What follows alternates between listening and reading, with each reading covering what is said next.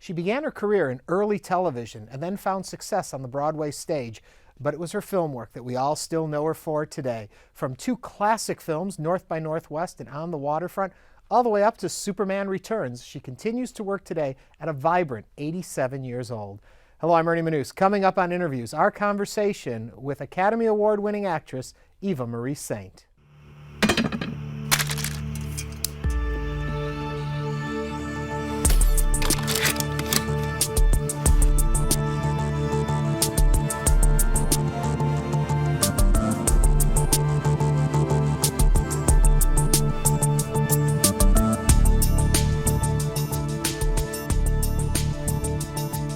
In your opinion, what makes a classic film a classic? I think a film has to be about the human condition and between people, so that there's a story there that everyone can relate to and they remember it forever. One of my favorite films is Brief Encounter. Are you familiar with that? Really? Yeah. Oh, it's a wonderful English film with Celia Johnson about two people in a marriage, and it's just brilliant. You must see it. Yeah. And that's my favorite film because it's about people. It's not about effects for me. It's not about blue screen, but that's because I come from what TCM shows, the wonderful films, the older films. But are there challenges now that face directors that are different? Because I mean, you have this connection with Avatar coming up. Yeah. Even if you have all of the special effects and all the technology we have today, I guess if the story isn't rooted in the true human experience, it doesn't matter about all the rest of it. You know, how do you, I mean, you might relate to it while you're seeing it, but then you might forget about it until the next big movie came with all the effects. Yeah, that's voiceover I'm doing. I've always wanted to do voiceover for Pixar or somebody. I want to play a character in one of those, like Up. I love that. Yeah. I love that story. I look back at your filmography and I look at your career, and people always talk about all of the classic films you've made and all the important work you've done. And you don't have a massive group of films, which tells me you were very selective and knew what you were looking for. Is that accurate? That's accurate. You're right on the nose. We have a family. When we started having children, which we both wanted, I was very selective. And I remember having an agent at the time I was up to do something, maybe it was North by Northwest, and then something else was coming up. And I said, I can't do that. It was in Europe, and I just had a baby. And, well, he said, Eva Marie, you're not going to be a superstar. I said, I guess I don't want to be a superstar. I just want to work and have a family. And having a family was really number one. Yeah. But I've been very fortunate to be able to have that beautiful family and grandchildren and have that life now, which is wonderful. And my husband and I both feel the same way. He's a director. But I made choices along the way, and I was somehow able to make good choices and do some good. No, I haven't done 30 films. What, maybe 21? You would know better than I don't know. But that's because I was very careful in what I wanted to do. What is it you looked for then in a script? Because so often what ends up being on the screen isn't always what you read in your hand. So what was it that you looked for that told you this was something you should spend your time doing? Again, it goes back to relationships, because in most everyone it was a man-woman relationship. I look for the director to trust, the leading man, and those in that order, I think, the script, the director, and the leading man. And if it all kind of comes together, I've had some incredible leading men. Yeah. And some wonderful directors. As I said, incredible directors, too. Yes. Take me all the way back, though. How did it all begin for you? Back to where? Back to the first moment you realized you could be other people and people would believe you. What an interesting question. That's why you're here. I was in college, Bowling Green State University, and I was studying to be a teacher. My mother had been a teacher, and I wanted to be a third grade teacher, those little 8-year-olds. And I was studying, I was doing some practice teaching, actually. That's what I wanted to do. And I was a Delta Gamma. I am a Delta Gamma. And I lived in the Delta Gamma house. And I had a house mother and a house father. Betty Smith was the house mother. And she was married to Dr. Eldon T. Smith. And so he was the speech and drama professor. And he did a play and was doing a play, directing, and someone dared me to try out for it. It was called Personal Appearance. It was a comedy. And I played a siren, a sexy Hollywood star. Well, here's Eva Marie from Albany, New York, playing. To this day, I don't think they knew that I was up on that stage. But somehow something happened, and I thought, I like this feeling of creating. And I went home, and I wrote to my professor, and I said, "Dear Mr. Smith, I'm thinking about changing my major to theater. What do you think?" And you know me. See, I mean, it was wonderful. Everything by chance. I'm in the house. He sees me every day. He sees me with other people. He wrote me a single-space, typewritten, 2-page letter. Sent it to Queens. That's where I was living. My parents were living, and it was in the summer. And that letter I keep on my desk all these years later, because Dr. Smith explained to me what it would be to be a teacher, and it was a wonderful profession. He was a teacher.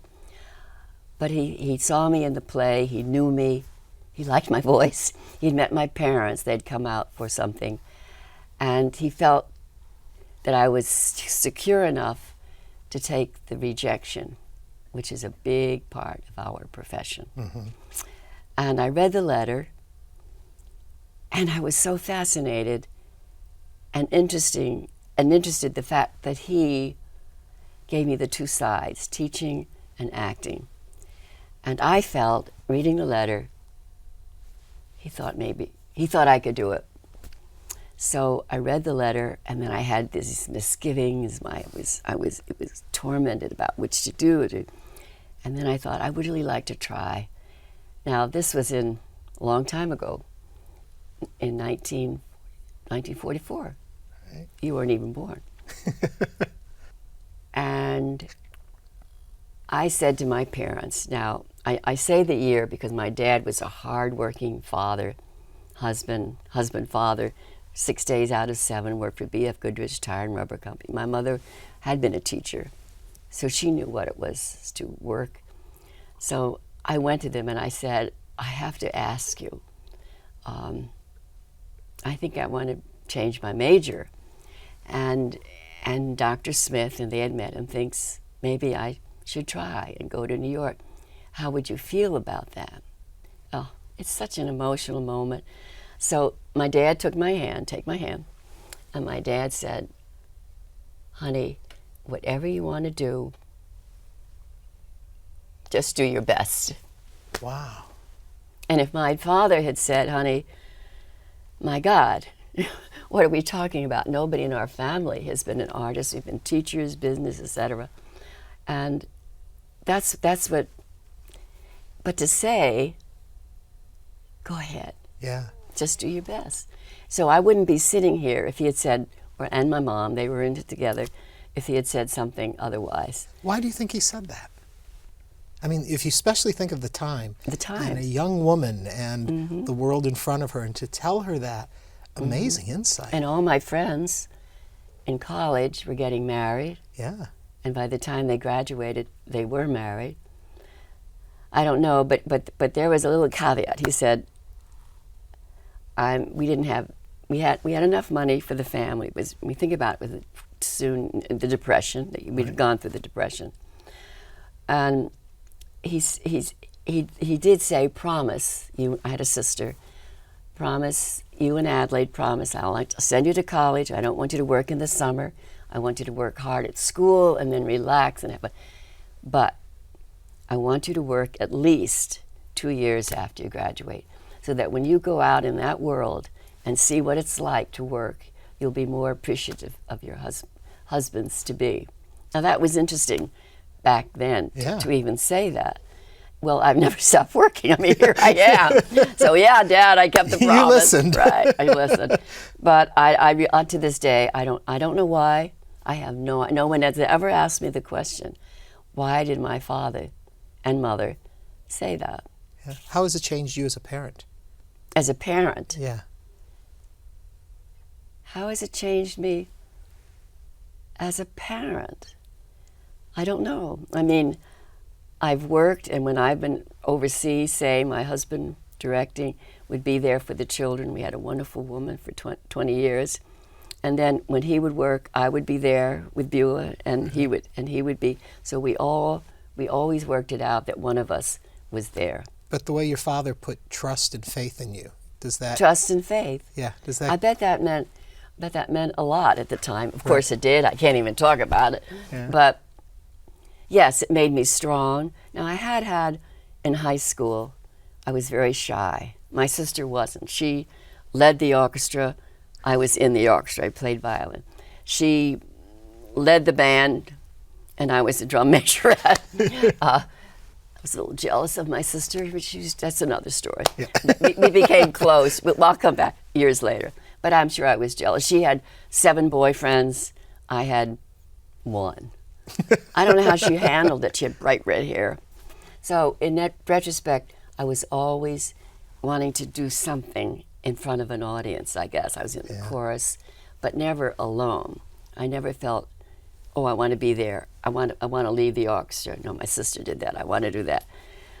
I just wanted to be part of a group creating something, whether it's music, modern dance, basketball, chorus. And I guess I just enjoyed all of that. Yeah. Till the time I got on the stage by myself, was the leading lady, and felt, this is a good feeling. Yeah. I love playing this character because I'm nothing like it. It was a sexy Hollywood lady. Now I'm that, right? Yeah. You grew into the character. I grew into There is one part that fascinates me about your story, and it's just like this moment of time that I think is so amazing, is when you are a working actress in New York making the rounds. And I've heard you talk about it, and it was so different than it is today. And you were out there with photos and going to meet people and actually very active in making your career take off. I have a little book, and I still have one from years back, little black book, and it's made up of all the days, the time for the audition, the time for the callback, the time to audition for a commercial, the time to audition for a radio show, which was so hard to get. There were about 10 people doing all those soap operas. Yeah. And I finally got it after a year. And you know what my part was? Good morning. This is your long-distance operator. Number, please. Worked a year for that, huh? A year, but it paid so much. And the television shows, so it led to one thing led to another. My first job was applauding a variety show. Yeah. I called my parents and said, oh, well, I'm off camera, you won't see me, but I'm applauding. Yeah. Did so well. The next week I was on camera. So then I called them and I said, well, I'm on camera. And I paid, I think I made $10, and my dress was $25 because I bought a new dress, so I was in the hole for $15. But that was New York, making the rounds, 9 to 6 every day, and I was determined to do it myself. That's when I met my husband. Yeah. And he met me and so forth. He asked me for coffee, and I said, no, thank you. A month later, he asked me for coffee, and I said, no, thank you. And 2 months later, he said, would you like to have lunch? And I said, I'd love to. And that started. Because I didn't want to sit around. All my friends were sitting around having coffee, talking about the role they lost, or who was in it and what a bad job they did, for hours in all these restaurants. And I was completely on my own, eating my lunch in the drugstore, on the counter, smelling all that sour ice cream, and having my tuna fish sandwich. And when my husband said lunch, and to this day he thinks I know I'm right, but he says we had lunch on 6th Avenue near Radio City where we met in a little restaurant. I said, no, it was on 5th Avenue. Yeah. And we had white tablecloths and a little bit of flowers. He says, you're crazy. No, you're crazy. 60 years later. You're still debating it. Yeah, once in a while.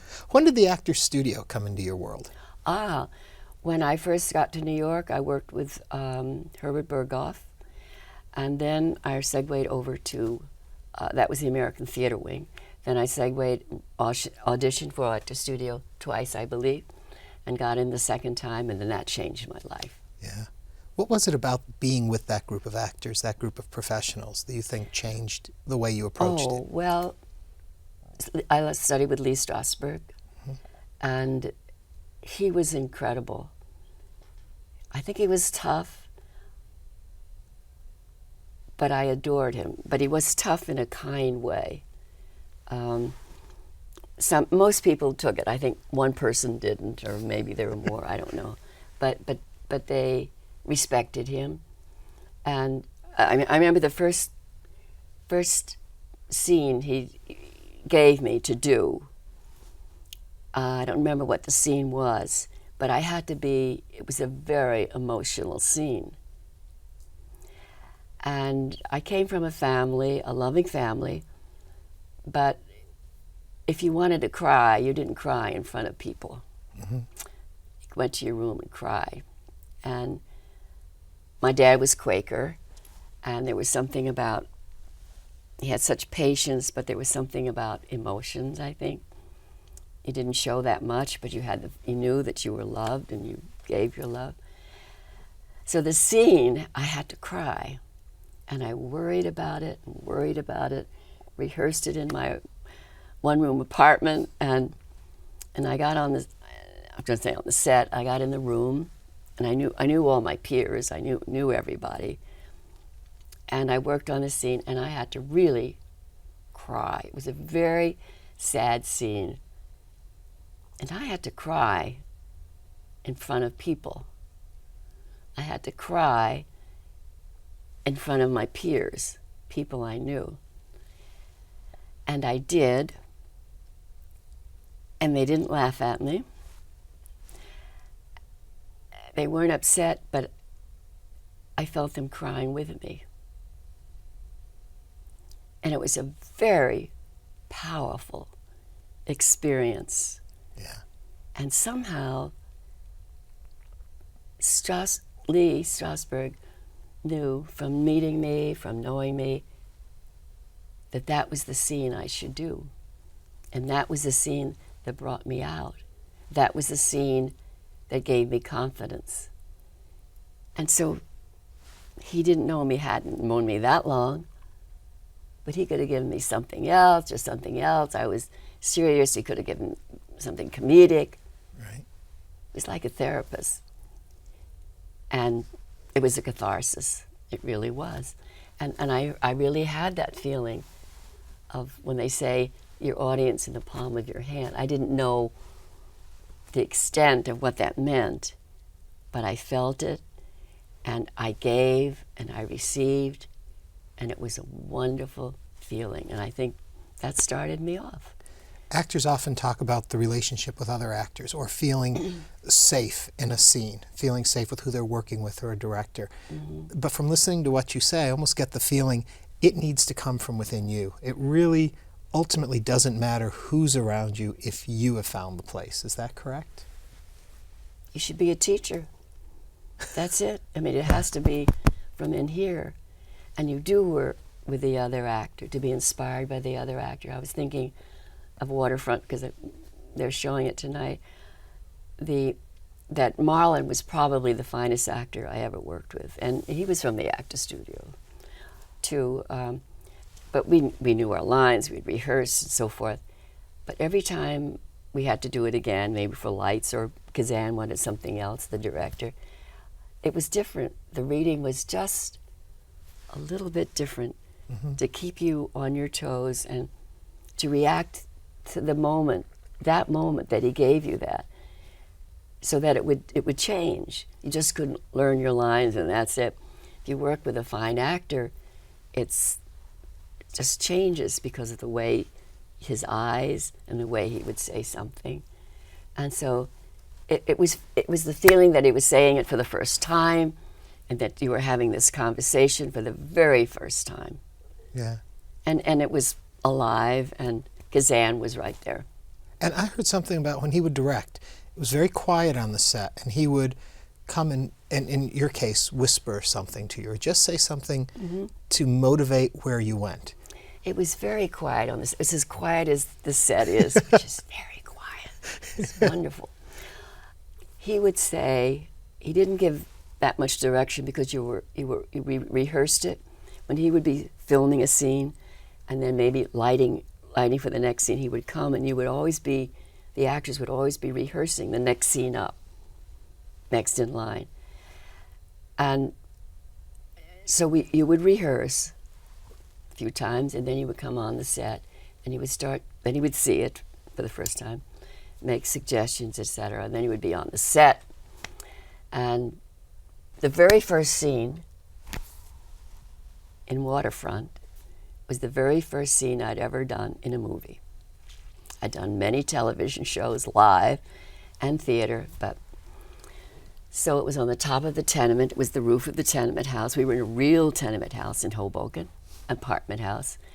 And it was a scene where a very sad scene. I give my brother's coat to Terry, and he's lying on the pigeon coop up there on the roof. I'm a young Catholic girl. I don't know much about men. Find him very attractive. Didn't tell Gazan. So I have to give him my coat, hit my brother's coat. It's late at night. It's a man, woman. I'm not used to that. So Kazan is saying, all right, Henry, this is before the scene. Now, just imagine there could be a vicious animal behind every pigeon coop. I want you to be terrified. I want you to be really scared. And while he's telling me this quietly, I'm thinking, you don't have to tell me to be scared. The bubble is, you don't have to be. I am so nervous. It's my first film, and it's my first scene in the film in my life. You don't have to tell me. So I'm thinking that, and I don't think I ever told him that, but he was whispering it while everybody's waiting, and that was quite an experience to see so many people on a set. I mean, dozens of people.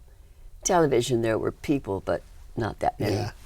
And so I did this scene, and then one scene I had was in my slip, which I guess I'm kind of bashful that way.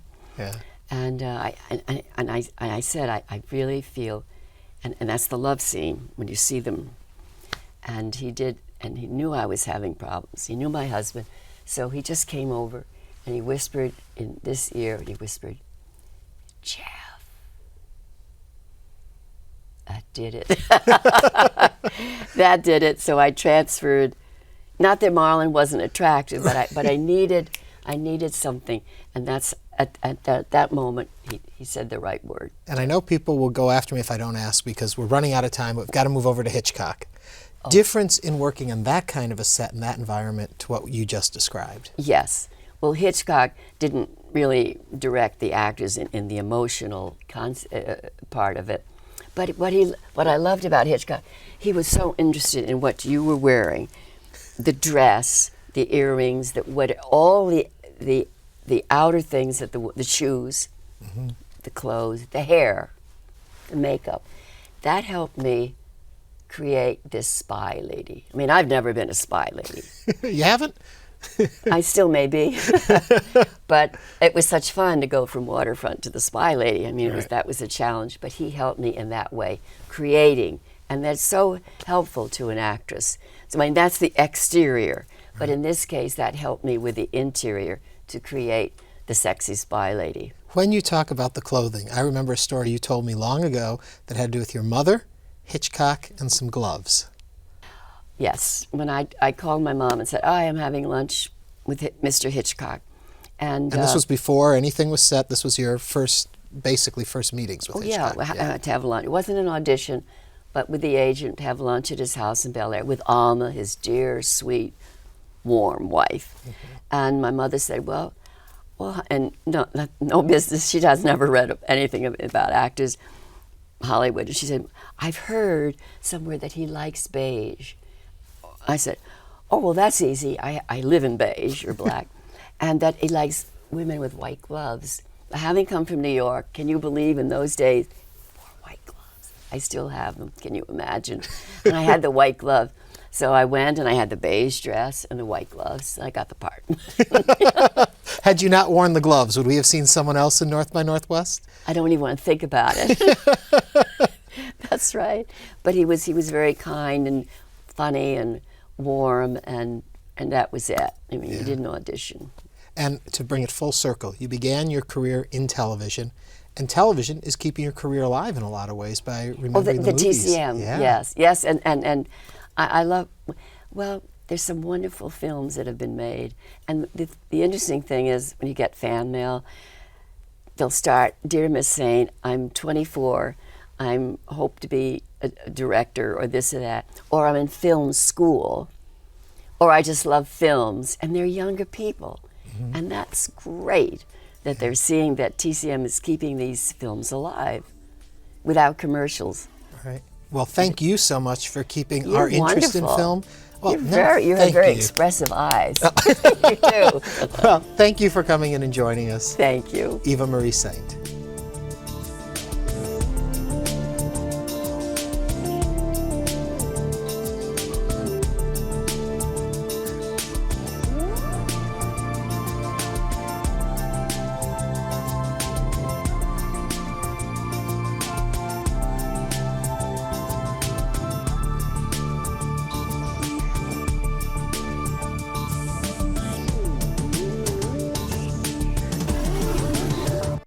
To order a DVD of this or any episode of Interviews, please visit HoustonPBS.org.